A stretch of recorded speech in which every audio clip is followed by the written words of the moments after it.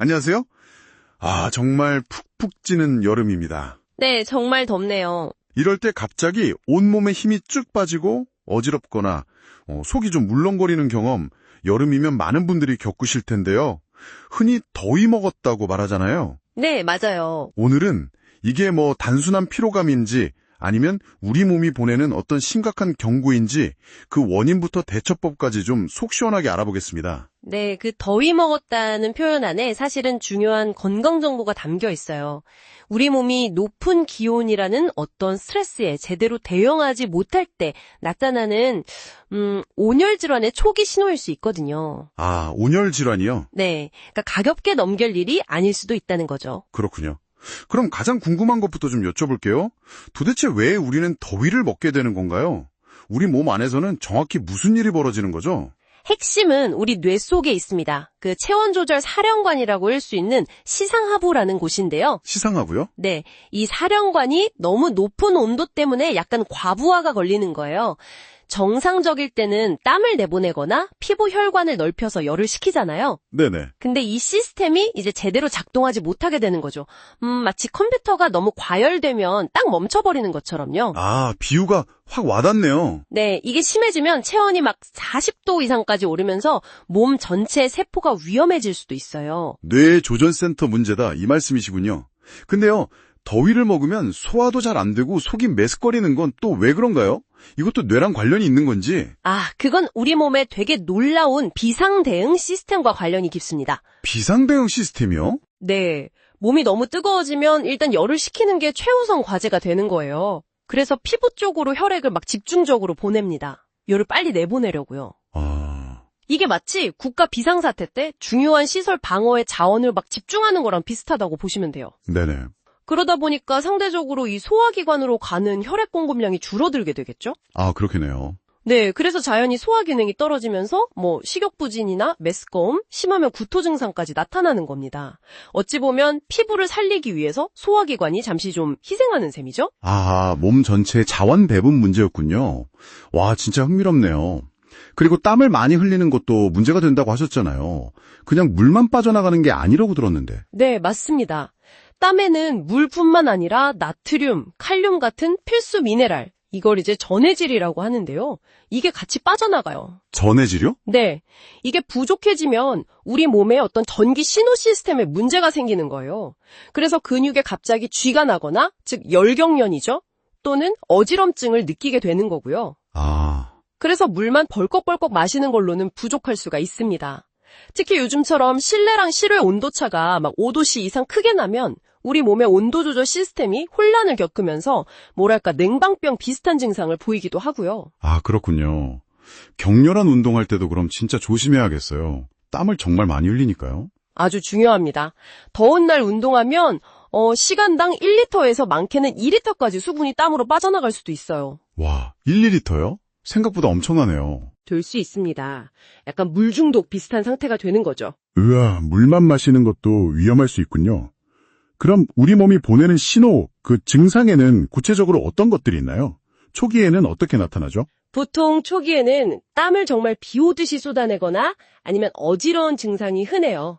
이게 피부 혈관이 확장되면서 뇌로 가는 혈류량이 일시적으로 줄어들기 때문이거든요. 네. 그리고 아까 말씀드린 소화불량이나 메스꺼움도 나타날 수 있고요. 여기서 상태가 좀 더 심각해지면 어떻게 되는 건가요? 상태가 더 나빠지면 두통이 심해지거나 집중력이 떨어지고 구토나 설사 같은 증상이 나타날 수 있습니다.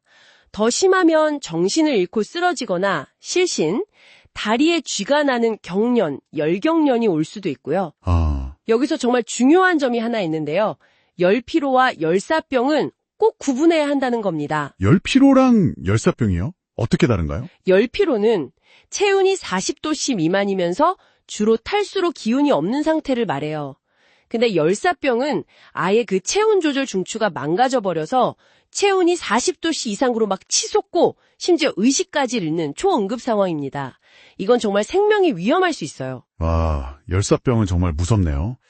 그럼 만약에 주변 사람이나 제가 더위를 먹은 것 같다, 그러면 어떻게 대처해야 할까요? 가장 먼저 하던 일을 즉시 멈추고 시원한 그늘이나 에어컨이 있는 실내로 옮겨야 합니다. 이게 최우선이에요. 네.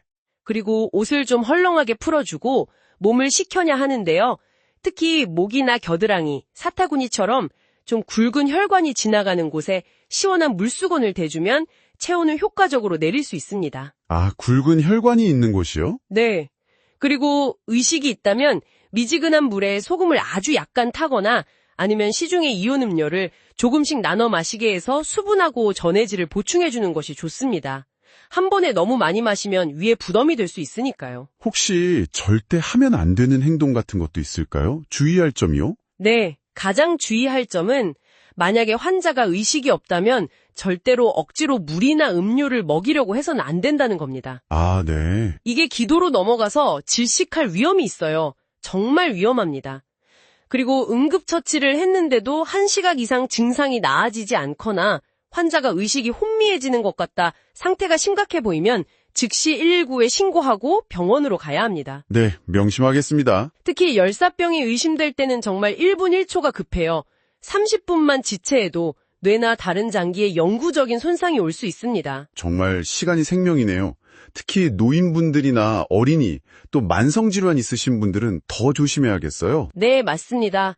이런 분들은 체온 조절 능력이 상대적으로 떨어지기 때문에 훨씬 취약하죠. 각별한 주의가 필요합니다. 그럼 평소에 더위를 좀 잘 이겨내려면 어떻게 하는 게 좋을까요? 음식 같은 것도 도움이 될까요? 그럼요. 예방이 최선이죠. 음식으로는 수분하고 칼륨이 풍부한 수박이나 오이 같은 게 체온 조절에 도움이 됩니다. 아, 수박, 오이 좋죠. 네. 그리고 매실차 같은 건 소화 기능을 돕고요. 기력이 좀 떨어졌다 싶을 땐 단백질하고 아미노산이 풍부한 삼계탕이나 장어 같은 음식도 좋고요. 또 피로 회복에 좋은 비타민, 항산화제가 풍부한 토마토 같은 채소도 도움이 됩니다. 네. 역시 제철 음식이 좋네요. 생활 습관도 중요하겠죠. 물론입니다. 가장 중요한 건 제일 더운 시간대 있잖아요. 보통 오전 11시부터 오후 4시 사이. 네. 이때는 가급적이면 야외 활동을 피하는 게 좋고요. 외출해야 한다면 좀 밝은 색의 헐렁한 옷, 그리고 모자를 꼭 착용하는 것이 좋습니다. 어두운색 옷은 생각보다 열을 훨씬 많이 흡수하거든요. 아, 그렇군요. 밝은색 옷이 중요하네요. 네. 그리고 목마르다고 느끼기 전에 미리 한 30분마다 물을 조금씩 마시는 습관. 이게 정말 중요합니다. 목 마르기 전에요? 네. 갈증을 느꼈을 때는 이미 몸에 수분이 부족하다는 신호거든요. 그리고 카페인 음료나 술은 오히려 탈수를 유발할 수 있으니까 여름철엔 좀 자제하는 편이 좋습니다. 아, 커피나 맥주 좋아하는데 줄여야겠네요. 네, 조금 줄이시는 게 좋겠죠. 잠잘 때 실내 온도는 한 25도에서 26도, 습도는 50% 정도로 유지하고 에어컨 바람이 몸에 직접 닿지 않게 하는 것도 숙면과 건강 유지에 도움이 됩니다. 네, 오늘 말씀을 쭉 들어보니까 더위 먹었다는 게 정말 가볍게 볼 일이 아니라는 걸 확실히 알았습니다. 우리 몸이 보내는 중요한 경고신호, 온열 질환의 일부라는 점, 초기에 잘 알아차리고 대처하는 게 정말 중요하겠어요. 맞습니다. 오늘 저희가 이야기 나눈 이런 식습관이나 생활 수칙들 잘 기억하셔서 여러분 모두 건강하게 여름을 보내시기 바랍니다.